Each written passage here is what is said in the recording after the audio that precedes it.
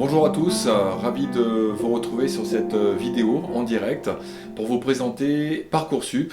On aurait voulu faire cette réunion en présentiel bien entendu, mais bon, les conditions font que malheureusement nous ne pouvons pas. Alors on a essayé quand même de faire une formule hybride, on va dire, entre une présentation ici en vidéo de ce qu'est Parcoursup, et puis vous avez la possibilité de poser des questions via le chat qui se trouve sur le côté de cette vidéo.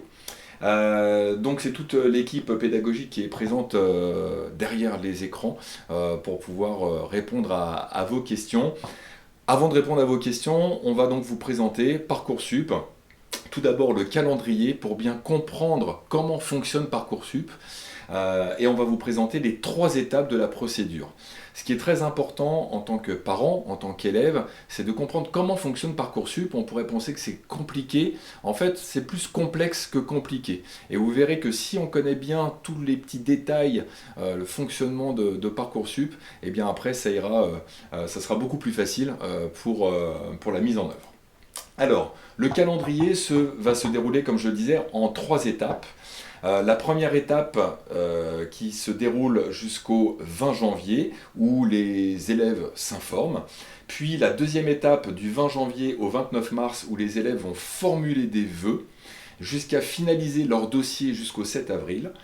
Et puis à partir du 2 juin, eh bien, les écoles, les formations vont donner leurs réponses au fur et à mesure. Et là, il va bien falloir comprendre le fonctionnement de ces réponses et de comment décider, à savoir si on prend telle ou telle formation. Alors, tout d'abord, la première étape donc, qui a commencé depuis le mois de novembre jusqu'au 20 janvier 2022, cette étape où les élèves vont s'informer sur les différentes formations qui leur sont proposées. Alors, il faut savoir que au niveau du lycée, on a 2 professeurs principaux en terminale qui suivent et qui guident individuellement chaque lycéen. Il y a des heures consacrées à l'orientation pour informer les élèves de ce qu'est Parcoursup, pour présenter aussi différentes écoles qui viennent à la rencontre des lycéens. On a organisé des rencontres avec des psychologues du travail tout au long du mois de décembre et qui se poursuivent encore. Et puis enfin un forum des métiers et des études qui a eu lieu au mois de décembre et qui a permis à une 60aine d'écoles et une 20aine de professionnels de venir de venir au sein du lycée présenter leur formation, leur parcours. Alors, 2 sites extrêmement importants et vous aurez, en tant que parent du lycée Notre-Dame-de-Bel-Air, c'est ce diaporama, donc vous aurez tous les liens qui vous seront envoyés par la messagerie École Directe. À savoir 2 liens. Le premier, c'est terminal2021-2022.fr avec des informations sur les filières, sur les formations, sur les métiers. Intéressant d'y aller pour construire un petit peu son parcours. Et puis le deuxième site incontournable, ça va être Parcoursup. Parcoursup.fr où là, sur chaque formation, il y en a plus de 19 000 qui sont recensées cette année. 19 000 formations, il y a une fiche de présentation pour chaque formation. Et donc, si on tape des mots-clés sur le moteur de Parcoursup, il va y avoir différentes formations qui vont sortir. Et pour chaque formation, il y aura le nombre de places disponibles, le taux d'accès qui a eu lieu l'année dernière, par exemple le nombre de candidats qui ont eu une réponse positive à leur demande, et aussi la proportion des bacheliers, c'est-à-dire la proportion de bacs généraux, la proportion de bacs technologiques et la proportion de bacs professionnels. Et puis sur ces fiches, il y a aussi des liens assez intéressants pour chaque formation qui va stipuler quels sont les critères qui vont être retenus par les écoles pour faire leur sélection des différents candidats. Donc toute cette étape-là est extrêmement importante pour chaque élève, pour pouvoir se familiariser déjà avec Parcoursup et puis pour bien prendre conscience des enjeux de leur demande. Voici le schéma des études supérieures, schéma assez simplifié où vous avez d'une part des écoles qui vont présenter des formations de type architecture, sociale, paramédicale. Vous allez avoir des préparations intégrées qui vont mener ensuite à des écoles d'ingénieurs ou des écoles de commerce. Puis vous avez des lycées qui vont par la suite proposer des préparations aux écoles d'ingénieurs, ce qu'on appelle les CPGE, mais ils vont aussi proposer des BTS, un bac plus 2. Et enfin, vous avez des universités qui vont proposer des BUT, ce sont les anciens DUT, donc BUT, Bachelor Universitaire Technologique, qui se déroulent maintenant en 3 ans, et puis des cycles universitaires, préparation pour les grandes écoles, qui se déroulent en 2 ans. Toutes ces filières, là, ce qui est encadré ici en rouge, ce sont des filières sélectives. Ça veut dire quoi? Ça veut dire que ces formations vont donner une réponse qui va être soit oui, on vous accepte, soit non, nous ne vous acceptons pas. A l'inverse, des filières qui sont non sélectives, c'est-à-dire à l'université, la fameuse filière LMD, c'est-à-dire licence, master, doctorat, où là, ce sont des filières qui sont non sélectives. Cela veut dire que si un élève, enfin si un bachelier, un futur bachelier demande une licence dans une université, il sera obligatoirement pris. Voilà, c'est une filière qui est non sélective. Mais attention, obligatoirement pris, ça ne veut pas forcément dire dans l'université qu'il aura demandé. Cela pourrait être dans une université ailleurs, en dehors du département, en dehors de la région, pourquoi pas. Mais ça, on y reviendra tout à l'heure. Donc ce qu'il faut bien retenir, filière sélective et filière non sélective. Et ça va être important pour les choix, les vœux dans Parcoursup. On passe à la deuxième étape qui va se dérouler en 2 phases. La première phase à partir du 20 janvier jusqu'au 29 mars, où là les élèves vont s'inscrire sur Parcoursup et vont formuler des vœux. La deuxième phase à partir du 29 mars jusqu'au 7 avril, où les élèves vont confirmer leurs vœux et ils vont finaliser leur dossier. S'inscrire sur Parcoursup va se dérouler à partir donc du 20 janvier. Il faudra une adresse mail valide, donc c'est l'adresse mail du candidat, ça c'est important, qui sera consultée régulièrement. Donc pour les élèves, important, si vous n'avez pas encore d'adresse mail que vous consultez régulièrement, d'en créer une, parce que c'est ce qui va vous permettre d'échanger avec la plateforme Parcoursup. Deuxième chose pour s'inscrire, c'est l'INE, l'identifiant national élève. Cet identifiant, vous l'avez sur votre relevé de notes sur les épreuves anticipées du baccalauréat. Au cas où, si vraiment vous ne le retrouviez pas, demandez à la vie scolaire et on vous renseignera. Très important, et ça on le souligne, c'est vraiment important, de renseigner un numéro de portable pour recevoir les alertes sur Parcoursup. Et ça sera important lors de la phase de retour des vœux, la phase d'acceptation à partir du 2 juin. Extrêmement important aussi, le fait que les parents ou les tuteurs légaux peuvent également indiquer leur numéro de portable pour recevoir les mêmes informations. Par contre, en tant que parent, vous n'aurez pas la main pour valider les vœux, mais vous aurez les informations pour accompagner vos enfants dans cette démarche. Alors, formuler les vœux sur Parcoursup, voici la démarche un petit peu simplifiée. Chaque élève peut formuler jusqu'à 10 vœux. Dans ces 10 vœux, il y a possibilité d'établir 20 sous-vœux pour certaines filières. Je vais y revenir. Donc attention, très important, après le 29 mars, vous ne pouvez plus formuler de vœux sur Parcoursup, ce sera terminé. Donc ça laisse du temps, il y a encore 2 mois, mais c'est très important, après le 29 mars, 23h59, la plateforme se ferme concernant le fait de formuler des vœux. Alors je vais revenir sur ces notions de vœux. Un vœu, qu'est-ce que c'est? Ou un vœu multiple, c'est un regroupement de plusieurs formations similaires. Exemple, si l'élève veut postuler sur un BTS Management Commercial Opérationnel, qui s'appelle le BTS MCO, et bien dans ce cas-là, ça va être un vœu multiple.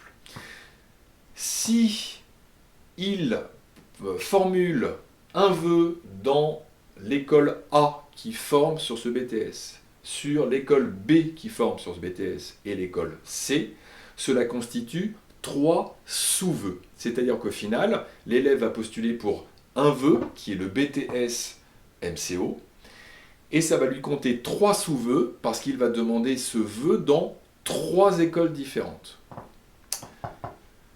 Extrêmement important, les vœux ne sont pas classés. Les établissements ne sont pas au courant des vœux que vous avez formulés dans d'autres formations. Voici un exemple. Vous demandez un BTS métier de la chimie dans 7 établissements différents. Cela va donc compter un vœu, BTS métier de la chimie, et 7 sous-vœux qui concernent les 7 établissements. Ce qui fait qu'il reste 10 vœux initiaux moins un vœu, il reste 9 vœux possibles à formuler. Et comme au départ vous avez 20 sous-vœux, vous en enlevez 7 puisque vous demandez 7 établissements, il va vous en rester 13. Puis vous demandez une autre formation, un BUT chimie. Dans ce cas-là, le BUT va compter pour un vœu et l'établissement dans lequel vous le demandez va constituer un sous-vœu. Ce qui fait qu'au final, il va vous rester 9-1, 8 vœux possibles et 13-1, 12 sous-vœux possibles. Voilà. Donc rassurez-vous, dans Parcoursup, il y a un compteur qui vous permet de suivre les fameux vœux multiples et les fameux sous-vœux, et vous ne pourrez pas formuler plus de sous-vœux ou plus de vœux qu'il n'est possible de faire. Un petit focus concernant les vœux en apprentissage. Donc vous pouvez formuler en plus des 10 vœux en apprentissage. Il n'y a pas de limite pour formuler ces vœux au niveau des délais. Et il y a une rubrique spécifique dans le dossier concernant ces vœux en apprentissage. Il y a aussi possibilité de faire une demande de césure, c'est-à-dire de suspendre temporairement ses études après le bac. Mais attention, cette demande doit être faite cette année. Il ne faut pas faire la demande après l'année de césure. Il faut la faire dès maintenant. C'est-à-dire que vous allez postuler sur une ou des formations, mais vous allez demander cette césure dans Parcoursup. Et la césure sera accordée ou non par la formation. Donc ce n'est pas accordé de droit. Et à l'issue de la césure, à l'issue de l'année de suspension des études, eh bien dans ce cas-là, il n'y a pas besoin de repasser par Parcoursup. Votre place, elle est conservée, elle est gardée par la formation qui vous aura accepté. Pour chaque formation demandée, des éléments sont transmis via la plateforme Parcoursup. D'une part, le projet de formation motivée, c'est une sorte de lettre de motivation que vous allez formuler pour chaque formation. Certaines pièces complémentaires sont demandées pour les formations. Tout cela est indiqué sur Parcoursup à chaque fois, rassurez-vous. Une rubrique activités et centres d'intérêt que vous pouvez renseigner. Les bulletins scolaires et les notes du baccalauréat. Donc pour l'année de première, c'est les bulletins scolaires et les notes des épreuves de français. Et pour l'année de terminale, ce sont les bulletins du premier et du deuxième trimestre, ainsi que les notes des 2 épreuves de spécialité. Tout ceci va être remonté, il n'y a pas besoin de le faire, ça va être remonté automatiquement par le lycée. On vous tiendra au courant de cette remontée. Et enfin, une fiche à venir qui est renseignée aussi par le lycée. Alors cette fiche à venir, elle va être remplie lors du 2e conseil de classe qui aura lieu courant mars, fin mars. Et cette fiche à venir va permettre aux formations, aux écoles, d'avoir des appréciations sur les compétences transversales notamment, et des appréciations par discipline. Et il y aura un avis du chef d'établissement qui sera validé par le conseil de classe, qui sera émis pour chaque vœu formulé par l'élève. Et cette fiche à venir sera entre guillemets confidentielle, c'est-à-dire qu'elle ne sera consultable qu'à partir du 2 juin par les élèves. Mais cette fiche à venir sera consultable par les formations qui pourront ensuite faire leur choix. Extrêmement important, donc je vous avais dit qu'au 29 mars, il n'y aura plus la possibilité de faire de vœux. Par contre, jusqu'au 7 avril, il y aura la possibilité de compléter son dossier via les lettres de motivation, etc. etc. Et il faudra confirmer chacun des vœux. C'est-à-dire que vous avez fait les vœux jusqu'au 29 mars, mais entre le 29 mars et le 7 avril, il faudra confirmer chacun des vœux en disant oui, je confirme ce vœu-là. Et cette confirmation ne pourra avoir lieu que lorsque les bulletins du 2e trimestre auront été remontés par le lycée. Pareil, on vous préviendra lorsque vous pourrez le faire. Que va-t-il se passer entre le 7 avril et le 2 juin ? Eh bien, les formations vont étudier les différents dossiers qu'elles auront reçus. Important, chaque formation n'a connaissance que des vœux formulés pour elle. C'est-à-dire qu'un candidat qui aurait formulé 10 vœux dans 10 établissements différents, eh bien, chaque formation n'a pas accès, ne sait pas que le candidat a formulé d'autres vœux dans d'autres formations. Et lorsqu'un candidat accepte une formation, il a toujours la possibilité de conserver ses vœux pour lesquels il est en attente. Et ça, c'est ce que je vais expliquer dans la 3e partie. C'est-à-dire, ce qu'il faut bien retenir, une chose importante, c'est que l'élève a toujours la main sur son projet d'orientation. Ce n'est pas parce qu'il fait des vœux dans cette deuxième phase qu'il va être obligé d'accepter les réponses des écoles à partir du 2 juin. Et ça, c'est extrêmement important. On arrive donc à cette troisième étape, à partir du 2 juin, où les réponses des écoles vont arriver et il va falloir valider les choix. Cette phase est extrêmement importante, il faut bien comprendre le fonctionnement. Les candidats vont recevoir donc des propositions au fur et à mesure, pas forcément dès le 2 juin, mais dès le 2 juin il va y en avoir quand même certaines qui vont arriver, mais d'autres vont arriver au cours de cette période. À chaque fois qu'un candidat va recevoir des propositions, il va devoir se positionner en disant en gros oui j'accepte ou bien non je n'accepte pas. Et il va falloir obligatoirement répondre à chaque proposition d'admission. Et pour cela, il y a des indicateurs sur Parcoursup, c'est très bien fait, qui vous permettent de savoir quand est-ce que vous devez répondre, quels sont les différents indicateurs, les positions dans les listes d'attente. Pour résumer ici, les réponses aux formations et les choix des candidats. Concernant les formations sélectives, souvenez-vous, c'est ce qu'on a vu, tout ce qui est BTS, BUT, les classes prépa, les grandes écoles, etc. Comme ce sont des formations sélectives, c'est soit elles vont vous dire oui, on vous prend, on vous accepte. Dans ce cas-là, le candidat a la possibilité soit d'accepter cette proposition, ou bien le candidat a la possibilité d'y renoncer, de dire non finalement, je ne veux pas de cette formation. Ou bien l'école dit en attente d'une place, c'est-à-dire que vous êtes sur une liste d'attente. Et dans ce cas-là, soit vous dites ok, je maintiens ce vœu, j'attends d'être pris parce que d'autres candidats vont se désister, ou bien non, je renonce à cette proposition. Ou bien, puisque c'est une formation qui est sélective, l'école peut très bien dire non, nous ne vous acceptons pas.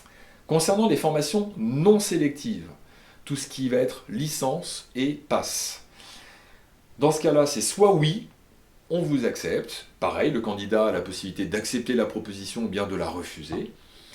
Ça peut être un oui-si. Le oui-si, c'est-à-dire oui, mais à condition que vous fassiez une petite formation complémentaire, un parcours de réussite qu'on vous proposera au cours de la formation. Idem, le candidat accepte ou bien refuse cette proposition. Ou bien vous êtes en attente d'une place. Pareil, vous êtes sur une liste d'attente et puis au fur et à mesure des désistements des candidats vous précédents, eh bien vous allez monter en liste d'attente. Soit vous maintenez votre place, soit vous y renoncez. Vous aurez des alertes à chaque fois que vous allez recevoir une proposition. Donc pas d'inquiétude là-dessus, soit par SMS, soit par mail, soit par notification sur l'application Parcoursup que vous pourrez télécharger à partir du 2 juin, ou bien dans la messagerie qui est intégrée au dossier.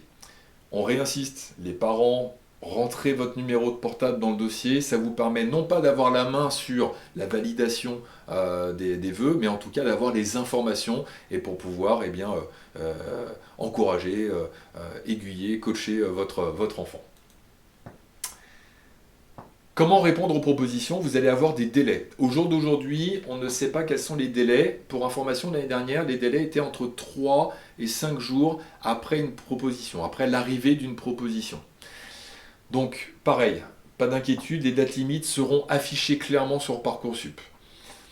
Si vous ne répondez pas, si le candidat ne répond pas dans les délais, dans ce cas-là, c'est comme s'il disait « je renonce à cette formation ». Et donc, ça va libérer une place pour un autre candidat. Je vous propose des exemples. Paul a fait 6 vœux, et le 2 juin, il prend connaissance des décisions qui arrivent sur la plateforme Parcoursup. Donc voici les 6 vœux que Paul a effectués. Et lui, dans son cas, eh bien, il n'a qu'une seule proposition où on lui dit oui, c'est-à-dire c'est cette classe prépa, qu'on appelle A. Cette classe prépa lui dit oui, on vous prend. Et pour une formation ici, la CPGED, la réponse est non. Et pour les autres formations, il est en attente d'une place, c'est-à-dire qu'il est sur une liste d'attente. Paul, ici, décide d'accepter cette proposition. En acceptant cette proposition, il renonce également aux propositions qui sont en liste d'attente. Ça veut dire quoi concrètement? Ça veut dire qu'il renonce à tous ses autres vœux. Il valide la proposition de la CPGE A. La procédure s'arrête pour lui. Sa place est confirmée dans la CPGE. Il va pouvoir s'il a son bac, eh bien, s'inscrire administrativement dans cette école. Parcoursup est terminé pour lui. Deuxième exemple, Mylène. Mylène a fait 6 vœux, les mêmes vœux que Paul, pour simplifier. Elle prend connaissance des décisions. Sauf que Mylène, elle a été acceptée dans la même école que Paul. Elle est aussi en liste d'attente sur certains autres vœux qu'elle a fait. Mais elle décide d'accepter cette proposition, mais elle attend une proposition de ce BUTF, ainsi que cette CPGE-H. C'est-à-dire qu'elle accepte cette proposition, mais elle ne la valide pas complètement. C'est-à-dire qu'elle bloque sa place ici, parce que elle, ce qu'elle voudrait, Mylène, en fait, c'est être prise sur ce BUT ou bien sur cette CPGE. Et comme elle est en liste d'attente, eh bien, elle va dire je maintiens ce vœu et je maintiens ce vœu. Et donc, dans ce cas-là, la procédure se poursuit pour elle, c'est-à-dire qu'elle va attendre qu'une nouvelle proposition arrive. Troisième exemple, Lucas a fait les mêmes vœux que Paul et Mylène, sauf que Lucas, lui, eh bien, il a 2 propositions pour lesquelles les établissements lui disent « oui, on vous accepte ». Lucas ne peut pas accepter les 2 propositions. Il est obligé de se positionner sur l'une des 2, obligatoirement. Même s'il a des écoles en liste d'attente, il doit obligatoirement renoncer à l'un des 2. Et donc si Lucas avait 4 propositions d'admission, il devrait en éliminer 3 et en garder qu'une seule. Cela, ça permet en fait de libérer les places pour les candidats qui sont justement en liste d'attente. Et ça permettra à la liste d'attente d'évoluer assez rapidement au cours du mois de juin. Donc Paul ici, qu'est-ce qu'il fait ? Eh bien, il va accepter la CPGE-A, il va renoncer à la CPGE-D. Il pourrait s'arrêter là et renoncer à tous ses autres vœux, la procédure s'arrêterait, mais il décide quand même de maintenir ses 2 autres vœux, parce qu'il voudrait bien aller dans ces 2 écoles-là. Donc il maintient CPGE-A, il est sûr d'avoir une place, mais au cas où, on ne sait jamais, il attend qu'il y ait une place qui se libère pour ces 2 écoles. Autre exemple de Léa. Alors Léa, elle a que des attentes de place. Elle est en liste d'attente partout. Elle ne peut rien faire. Elle attend tout simplement que les indicateurs évoluent et que les places, sa position dans la liste d'attente augmente jusqu'à ce qu'elle ait une place. Et dans ce cas-là, une des écoles lui proposera une place. Et enfin Léo, Léo lui il a fait 3 vœux. Et Léo, lui, eh bien, il a des noms, 3 noms. Et ça va poser un gros problème, parce que Léo, le souci c'est qu'il a demandé que des écoles qui sont sélectives. Et comme ces 3 écoles lui ont dit non, il n'a aucune autre possibilité.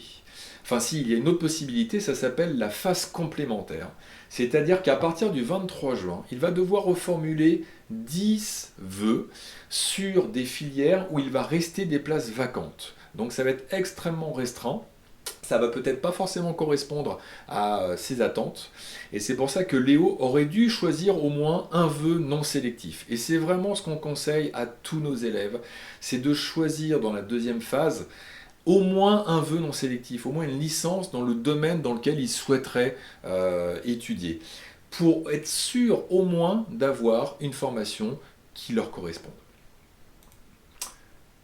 Enfin, dernier exemple, un petit peu plus poussé, histoire d'aller vraiment jusqu'au bout. Charlotte qui a fait 8 vœux, voici les différents vœux. Elle a fait des vœux sélectifs, des vœux dans des filières sélectives et non sélectives. Et voici ce qui se passe au 2 juin. Elle a des propositions, elle a 4 propositions avec des oui. Alors vous voyez qu'il y a des oui si, parce que là ce sont des licences, et donc ce sont des oui si vous acceptez une petite formation supplémentaire proposée par l'université. Donc là, concernant ces 4 acceptations, elle doit en choisir qu'une seule. Ça, c'est ça qui est très important, elle doit en choisir qu'une seule. Donc elle doit se positionner.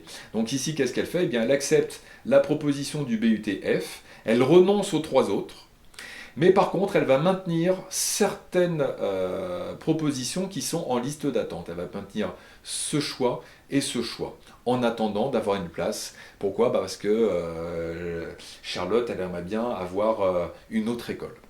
Mais elle garde quand même au cas où elle accepte cette proposition. Et puis quelques jours plus tard, eh bien, Charlotte reçoit une nouvelle proposition du BUT-G. Souvenez-vous, BUT-F, elle avait accepté, mais elle avait gardé en attente, elle maintenait le vœu BTS-B et le BUT-G. Et puis quelques jours plus tard, le 12 juin, admettons, eh bien, elle reçoit un oui. C'est-à-dire qu'elle se retrouve maintenant avec deux écoles qui lui proposent une place. Et donc dans ce cas-là, la procédure se déclenche, c'est-à-dire qu'elle a quelques jours pour répondre. Elle doit choisir soit le BUT-F, soit le BUT-G qui lui propose une place. Finalement, Charlotte, elle accepte le BUT-G. Elle renonce donc obligatoirement au BUT-F. Et puis, elle décide de renoncer aussi au BTS-B. Et donc, dans ce cas-là, la procédure s'arrête pour elle. Elle a une place sur le BUT-G. Elle aurait pu poursuivre, c'est-à-dire se dire je valide le BUT-G, mais j'attends toujours une place pour le BTS-B, et donc la procédure se serait poursuivie. Dès qu'un candidat est pris dans une formation, lorsque le bac est en sa possession, le lycéen va donc procéder à son inscription administrative. Attention, l'inscription n'a pas lieu sur Parcoursup, l'inscription se fait via les différentes écoles. Les modalités sont propres à chaque établissement. C'est donc l'établissement qui vous donnera les informations nécessaires, donc l'établissement d'accueil. Quelques informations, quelques services disponibles tout au long de la procédure. Le site officiel, bien entendu, de Parcoursup. Il y a aussi toute une playlist de vidéos sur YouTube qui ont été faites par Parcoursup qui permettent d'expliquer les différentes étapes. Il y a la messagerie contact sur Parcoursup aussi qui fonctionne très très bien. Vu ce qu'on a vu les précédentes années, ils sont extrêmement réactifs. Et donc maintenant, pour finir cette vidéo, vous pouvez nous poser des questions si ce n'est déjà fait, et on va regarder ça dans le chat jusqu'à 19h. Donc on va laisser cette vidéo tourner pour que vous ayez le temps, si vous le souhaitez, de poser des questions.